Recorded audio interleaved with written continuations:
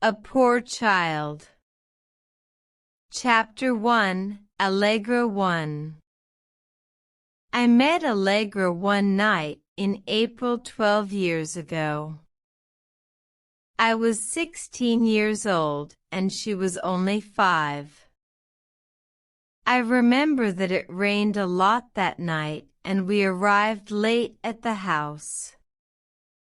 We were driving along a dark road when my mother saw a sign, which said in big letters, Villa Henderson Bed and Breakfast.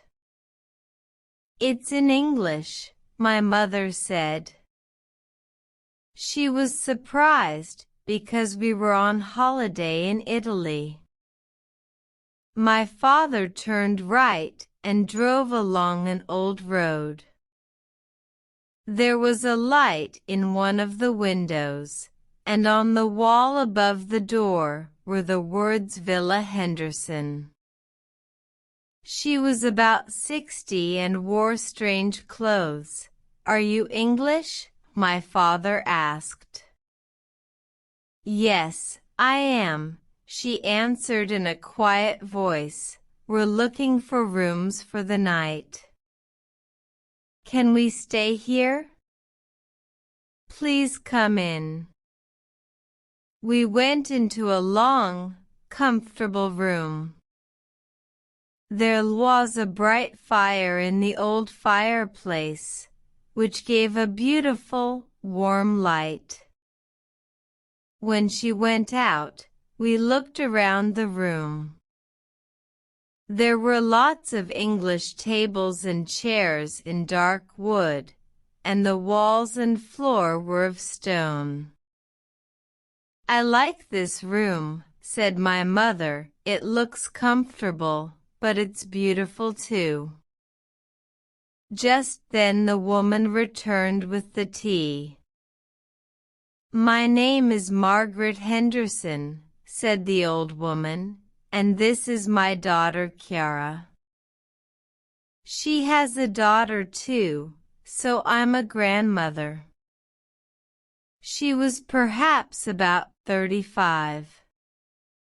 "Have you come far today?" she asked. "Yes," my father replied. "We're very tired." So, after tea, we went up some stairs and followed Chiara along a corridor. She stopped at a door and told my parents that it was their room. Then she looked at me. We turned right and walked along another corridor. My room was at the end. "Good night and sleep well," said Chiara with a smile. But I didn't sleep well. The house was silent, but I could hear the rain on the window and the strong wind in the trees outside. I slept a little, woke up, then slept again. And then I woke up suddenly. The window shutters were making a loud noise against the wall. I could see that the window was open because the long white curtains were moving in the wind. Now the room was very dark, so I walked with my hands out in front of me to try and find the light on the table by the bed. It was a cold little hand. The hair on my neck stood up and my legs began to shake. A little girl in a long white nightdress stood in front of me near the bed. She was looking at me with big eyes, as blue as an Italian sky in summer. Her blonde hair was as bright as sunlight round her pale face. What a beautiful child, I thought. "Hello. My name's Allegra," she said. Did you come in through the window? I asked. What's your name? Adrian? I'm 5 years and 3 months old, she said. How old are you? 16. How did you get in here? I'm not angry with you. Don't cry. Tell me your name again. What are you doing here, Allegra? What do you want? Will you take me to my mama? She asked suddenly. I looked at her in surprise. But you know where your mother is, I said. Yes, but she's a long way from here. No, she isn't, Allegra. She's in this house. I want to see Mama. Will you take me, please? Oh no, Mama was never angry with me, she said with a little smile. But sometimes Papa was angry, and I was afraid of him. For a while I didn't speak, and I just looked at her. Why did she say was and not is when she spoke about her parents? She was a very strange little girl. Will you take me to Mama tomorrow then? Yes. It's next to this one. Okay, let's go. And I took her hand, her cold little hand. I went to the window to close it, but the curtains flew up in my face and I couldn't see anything. I closed the window. And when I turned round, Allegra wasn't there. For a minute I just stood still. Then I unlocked my door and went along the corridor. There was a door on the left. I opened it slowly. The room was dark, but I could see that it was a child's room. Good, I thought. She's in bed now. And I closed the door. Next morning, after breakfast, we went into the garden. There were beautiful hills and woods around it. I walked round to the back of the house because I wanted to look at the windows of my room and Allegra's room. Perhaps she got out of her window onto the tree, and then got in through my window, I thought. But it looked a difficult and dangerous thing to do. Possible for an adult perhaps, but not for a girl of 5. When I went back to the front garden, Allegra's mother was there. I heard a noise. No, replied my mother. But we heard a noise too. It was the shutters was in my room. I said. Oh, I'm sorry, said Chiara. Those shutters is very old, but I hope you slept well after you closed them. Then I said with a smile. Yes, I slept well, thank you, but only after your daughter visit. Allegra. Chiara was very surprised. Yes, she came to my room, in the middle of the night. Did she? Well, I know she sometimes walks in her sleep. But I began.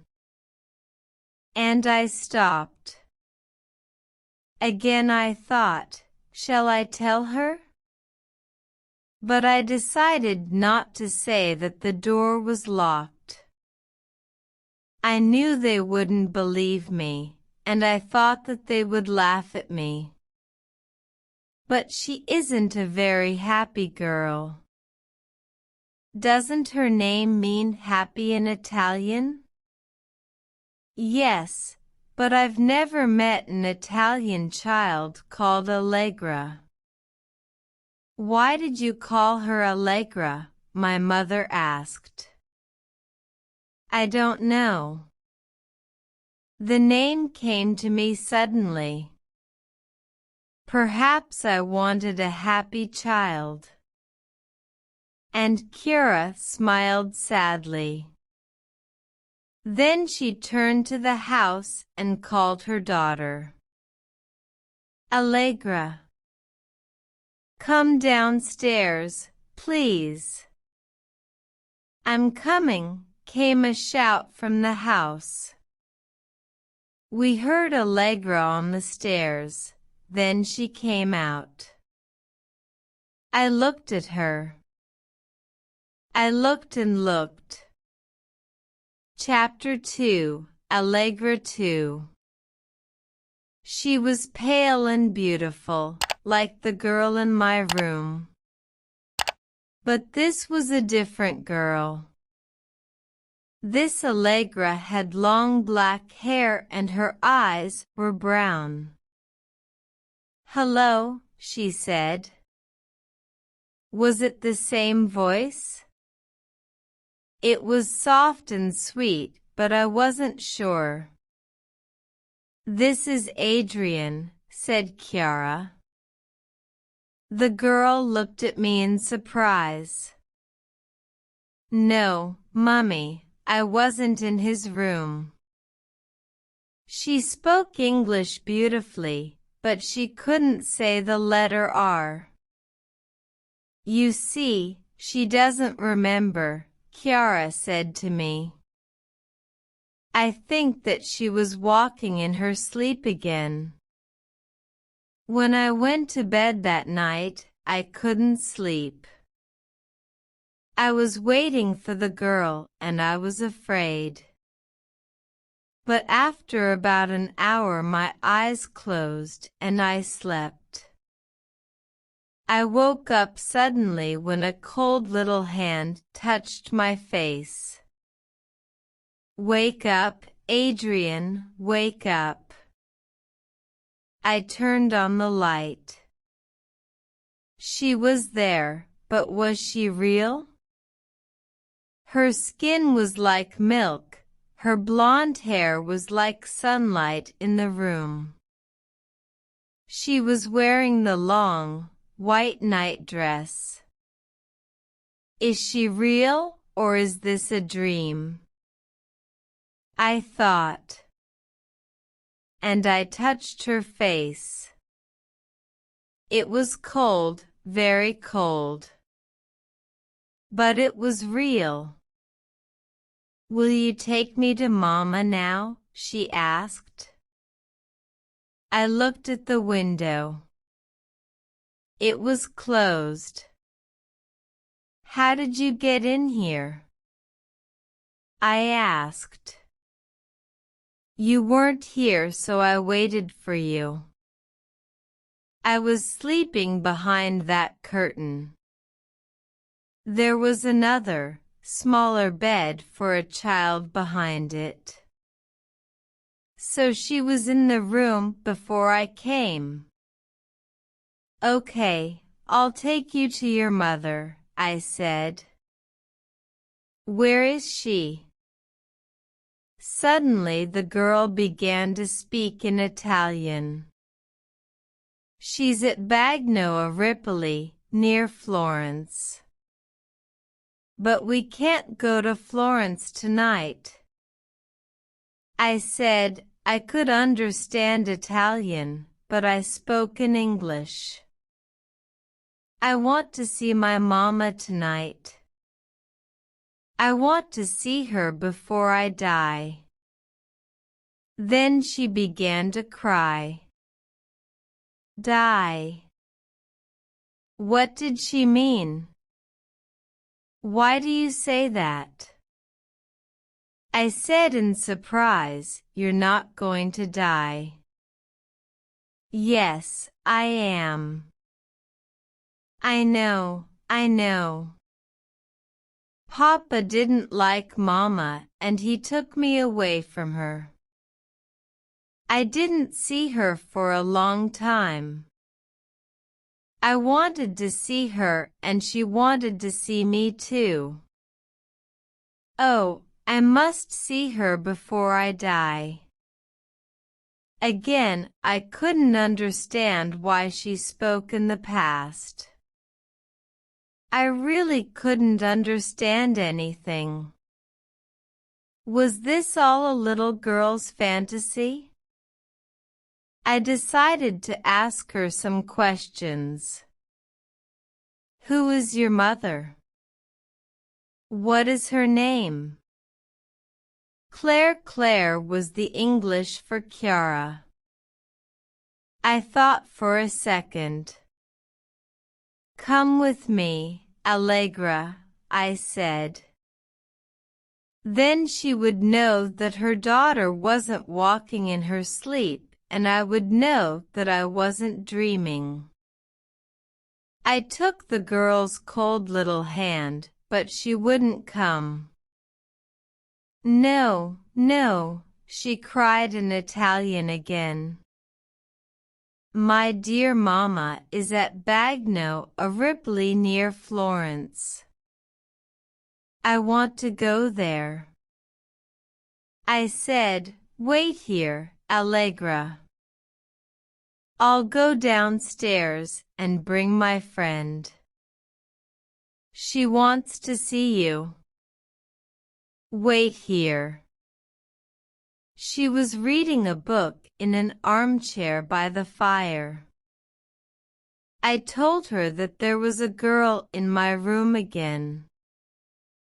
She looked surprised and followed me upstairs. The child wasn't there. We looked everywhere but found nothing. The only child in the house was Chiara's daughter. She's sleeping in her bed, Chiara told me. No, it wasn't a dream. There was a girl in my room a few minutes ago. I saw her and talked to her. Then I told Chiara everything about the girl. When I finished, she said, well, it's very strange. My Allegra has got black hair and brown eyes. I know that he wants to take her away, but he can't. Allegra lives with me. You see, I don't love my husband anymore, and so he doesn't live here with us. She was silent for a minute, then said, so the child in your room wants to see her mother, and Allegra wants to see her father. Next day I went for a walk with Allegra Henderson. The big black dog came with us. We walked down a hill and came to a little river with a bridge. Do you speak Italian, Allegra? I asked. Oh yes. Listen. And she spoke fast in Italian. Yes. It's a convent school and the teachers are Italian nuns. Look. Nero has got a stone in his mouth. Isn't he clever? Come here, Nero.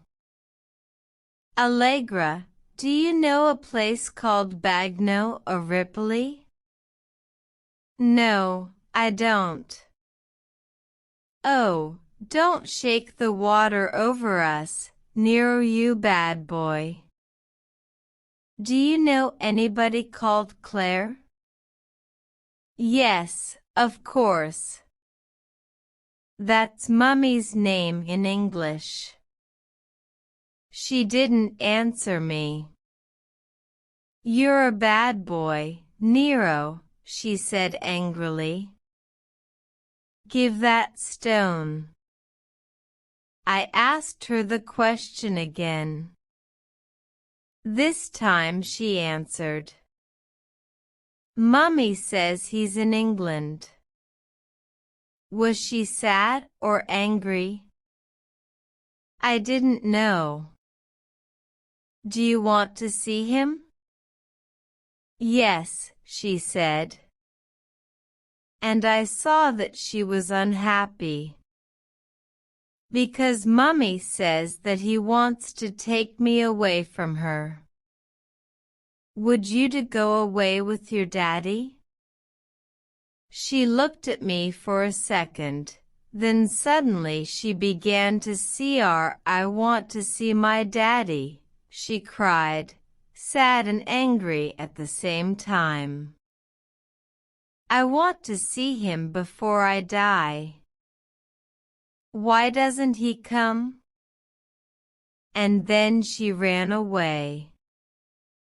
She ran fast up the hill and Nero ran behind her. My parents liked the villa, so we stayed there for a week.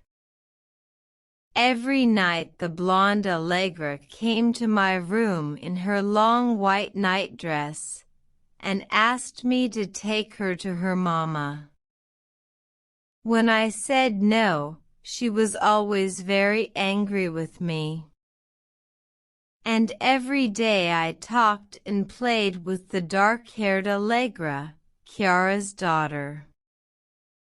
But she was like two different people. Sometimes she spoke to me angrily, like the other Allegra in the night. At other times she was happy, sweet little girl of 5 again.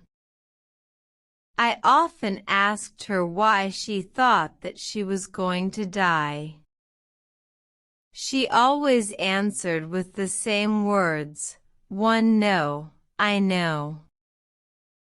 During that week's holiday, I began to feel love for Allegra Henderson. But there was the other Allegra who came at night. Who was she? I didn't believe in ghosts, but I was beginning to think that she was a ghost. The day before we left, I wrote some notes. Allegra Henderson, 5 years old. Tall, black hair, brown eyes, pale. Mother's name Chiara. Calls her Mummy. Wants to see her father, who lives in England. 5 years old. Tall blonde hair, blue eyes, pale. Mother's name Claire and lives at Bagno, a Ripoli near Florence. Calls her Mama. Thinks she is going to die. I read these notes lots of times, but they didn't help me. Then I saw that I didn't know anything about the ghost Allegra's father. So I decided to ask her that night, which was our last night at the villa. I didn't sleep much that night. I waited and waited. But she didn't come. No, she didn't come, and I was angry. I felt sure that her father was important. Next morning we said goodbye to the Hendersons. When I said goodbye to Allegra, I felt sad. Then you'll be happy." "Oh no," she answered in a strange voice. "Papa is dead now. He was a famous lord, and he took me away from my mama. But he's dead now." We were all very surprised. "What are you saying, Allegra?" Chiara said. "Your father isn't a lord, and he isn't dead." What a strange fantasy.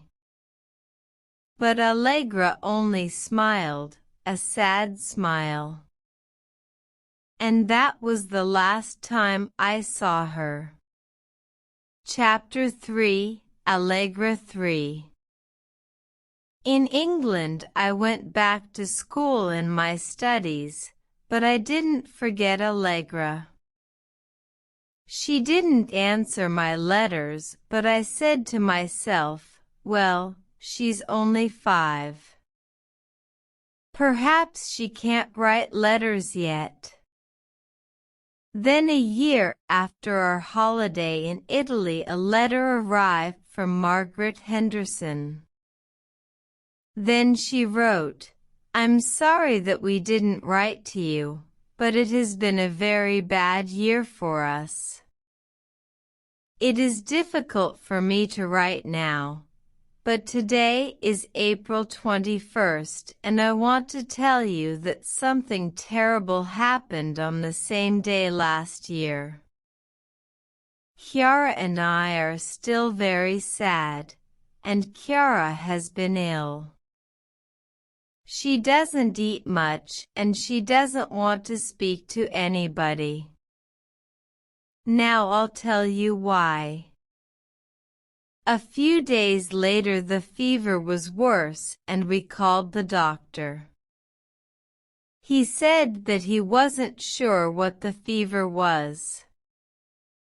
Perhaps she drank some bad water or ate food that was bad, he told us. He gave her some medicine and she was better, but then the fever returned very quickly. Our dear little Allegra died on April 21st a year ago. Oh, it's like a terrible dream. Now she has gone, and she will never come back to us. Our dear little Allegra died on April 21st a year ago. Oh, it's like a terrible dream. Now she has gone, and she will never come back to us. When I read this, I was shocked. Allegra dead. I felt very sad, and I began to cry. For a long time I just couldn't believe it. I remembered our games and our conversations. Allegra came back to me like a ghost, and I was very unhappy. When I was 18, I went to university to study Italian, but I often remembered Allegra and that strange week at the Villa Henderson. And I often thought about Allegra's strange words, "I want to see my daddy before I die." And then there was the ghost Allegra in my room, saying, "I want to see my mama before I die." What did it all mean? I wanted to find the answer to this mystery. But how? In spring I went to Italy for my studies, and I stayed in Florence with an Italian family. They had a little daughter. When they told me her name, I couldn't believe my ears. We wanted a different name, the mother told me, a name that you don't often find in Italy. Allegra came to me suddenly. It's a beautiful name, and we hoped that she would be a happy child. But she isn't happy. She's a strange girl. She was tall, her face was pale and beautiful. She had long brown hair and brown eyes. How old is she? I asked. She's 5. 5. Are you sure? I mean, is she? I said, stupidly. Can I ask you when she was 5? I mean, when is her birthday? The mother looked surprised. But please tell me the exact day. You see, I'd like to buy her a present next year. Now the mother was smiling. She was born on January 21st. When I went to my room that night, I was afraid and I didn't go to bed. I was thinking about Allegra Henderson. She died on April 21st when she was 5 years and 3 months old. So she was born on January 21st too. Was it possible that this Italian Allegra had the same name, the same birthday, the same age? I couldn't sleep, so I tried to read a book about some English poets in Italy. But I couldn't. I was waiting. She came at midnight. A beautiful, blonde child, her skin like milk, her eyes like the blue of an Italian sky. She wore a long white nightdress. Allegra. Will you take me to my mama? She asked in her beautiful English. She's at Bagno a Ripoli. It isn't far from here. I was very afraid now and I shouted, "Go away! Go away!" But she came and stood by my armchair. I want to see Mama before I die. Take me, she said angrily. I ran out of that room very fast. Next morning I decided to go to Bagno a Ripoli. I drove there in my small Fiat 500. There were only a few houses, and a small church called Santa Maria dell'Entella. I went into the church, but there was nothing special about it.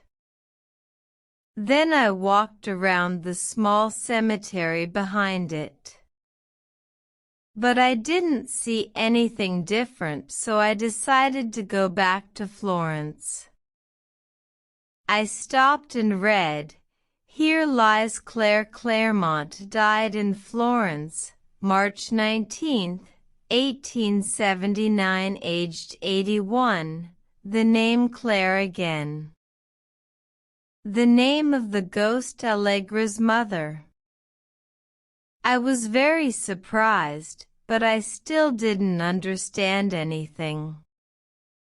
In Florence that afternoon, I decided to go to a bar and read the book about the English poets. And while I was reading about Byron and Shelley, I began to understand the mystery of Allegra. Chapter 4: Lord Byron's Daughter. This is what read, on January 21st, 1817, Claire Claremont, 19 years old, had a baby daughter in a town called Bath in England. The baby's father was the poet Lord Byron, but he was not Claire's husband. They were lovers for a while, but then Byron went to Italy. He did not love Claire and he did not want to be with her. So Claire lived with Byron's friends, the poet Shelley, his wife Mary, and their 2 children. Claire and Mary were half-sisters. They had the same father but different mothers. He hoped that his friend Byron would help Claire and her daughter. From Bath he wrote to him, "Claire has a very beautiful girt. Her hair is fair and her eyes are blue. Claire calls her Alba." Byron wanted to see his baby daughter and he asked Shelley to bring her to Italy. Shelley wanted to live in Italy too, so he and his family, and Claire and her baby, all traveled there. The baby was a year old, and now she was called Allegra because Byron liked the name. In Italy, Claire decided to give Allegra to Byron because she thought that the daughter of an English lord would have a good future. Shelley said to her, "No, don't do it, Claire, or you will never see your daughter again." Of course, she did not want to give Allegra to Byron, and when she sent the child to him in Venice, she was very unhappy. In a letter to a friend she wrote, "In the spring of 1818 I sent my little darling to her father. It was a terrible mistake." Allegra lived with her father in a big house called the Palazzo Mocenigo. After a while Lord Byron understood that it was not a good home for a child.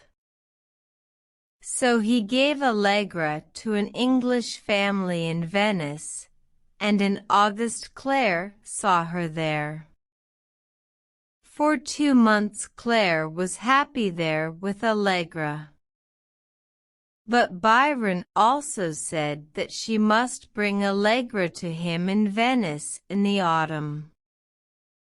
So in October Allegra went back to her father, and Claire never saw her again. Then Byron took her to the city of Bologna. He wrote to Shelley, "She is like me. She has white skin. Her voice is soft, and she can't say the letter R." Then she heard that Allegra was with her father in a town called Ravenna. She wrote to him, "I want to see my daughter, please." But he said no. Claire wrote a lot of letters like this to Byron, but he did not answer them. She was very unhappy. When Allegra was 4 years old, Byron sent her to a convent school near Ravenna. The walls were white and cold, the rooms were empty, and sometimes she was cold because there was no fire. Every day she did the same things at the same time. This quiet life was very different from her life with Byron. She did not like convent schools, and she was sure that Allegra was always cold and lonely. She wrote an angry letter to Byron. "My child must be with one of her parents," she said.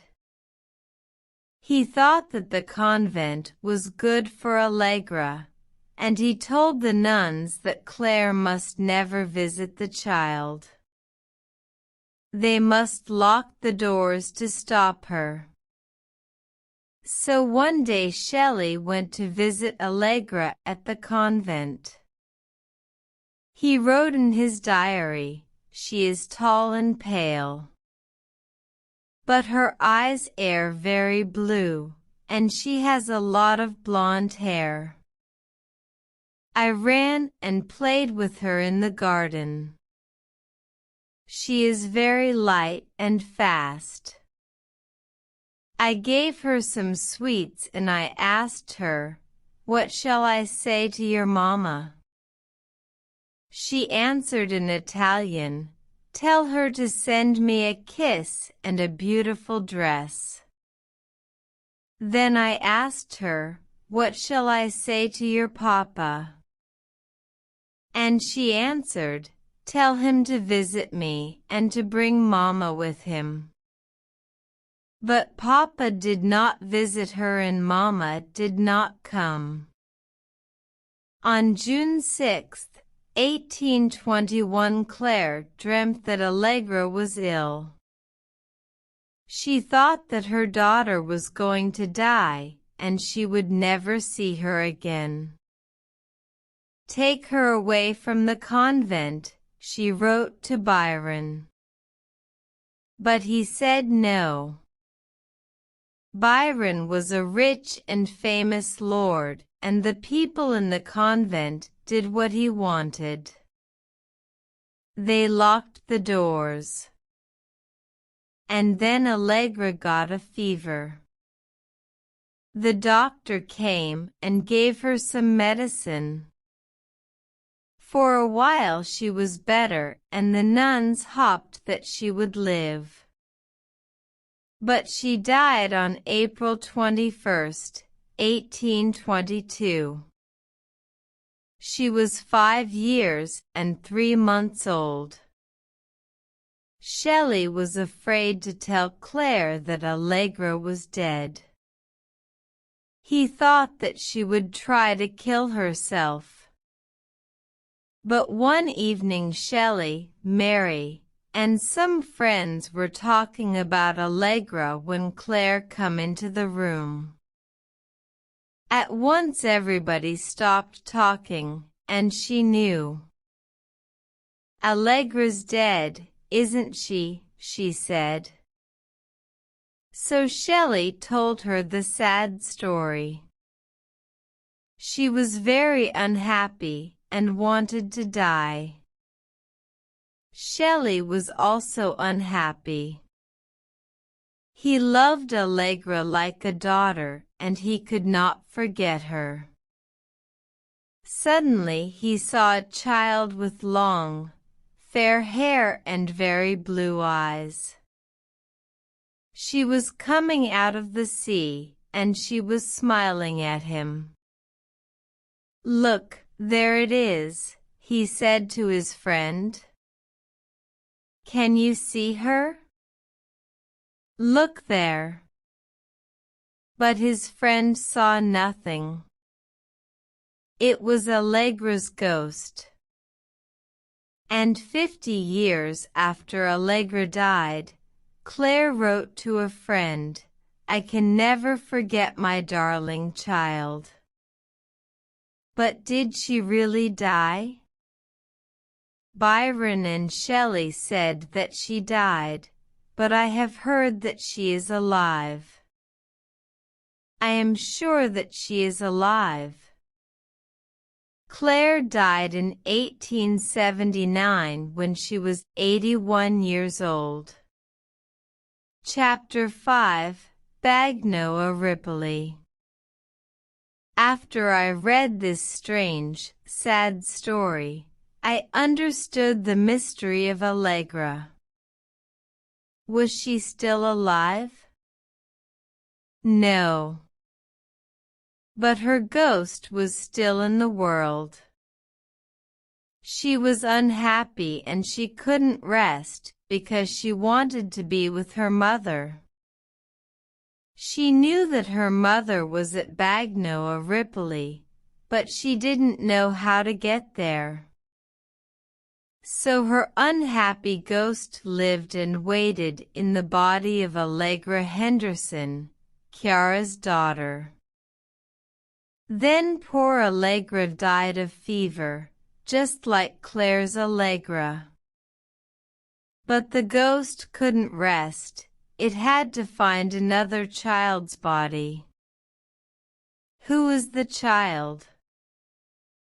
I asked myself.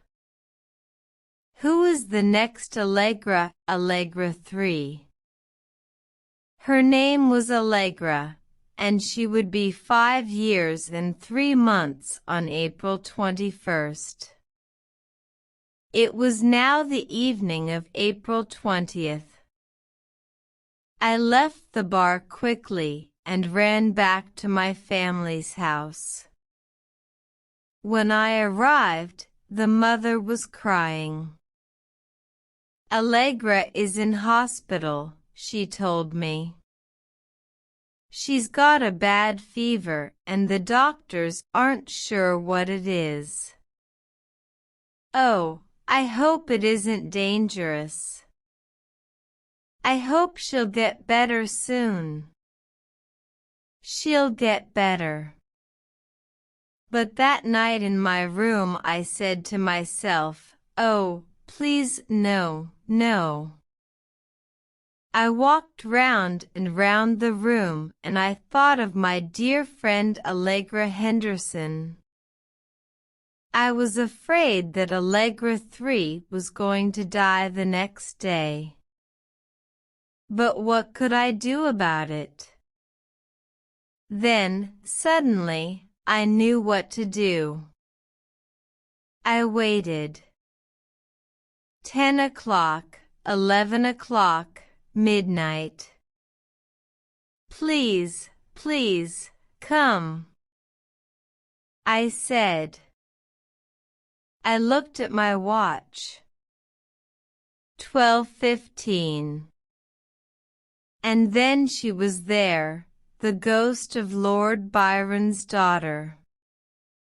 Pale, beautiful, with big blue eyes and hair like gold. Yes, Allegra. We're going to Bagnoa Ripley, but we must hurry. Come on, let's go. She laughed happily. Oh, thank you. You're so kind. I took her cold little hand. We went out of the house and got into my car. I drove very fast through the night. Oh, I'm going to see my dear Mama, Allegra said. But Papa took me away from her and he sent me to a convent school. I didn't like it there. It was so cold and quiet. Mama didn't come and Papa didn't come. Why didn't they come? When we arrived at Bagnoa Ripley, she jumped out of the car and looked around. We went into the cemetery and I took her to Claire Claremont's tombstone. She's here, I said. Your Mama is here. Allegra read the name on the tombstone. Mama, she called. Are you here? It's me, Allegra. I'm here, your Allegra is here. The cemetery was dark and silent. There was a soft wind in the trees, and in front of my eyes was this little child's ghost in a white nightdress, calling for its dead mother. Yes, I hear you, Mama, Allegra cried. I'm coming, I'm coming. And very slowly the ghost of Allegra began to disappear. And her voice was slowly going away. Wait for me, Mama. I'm coming. I'm coming.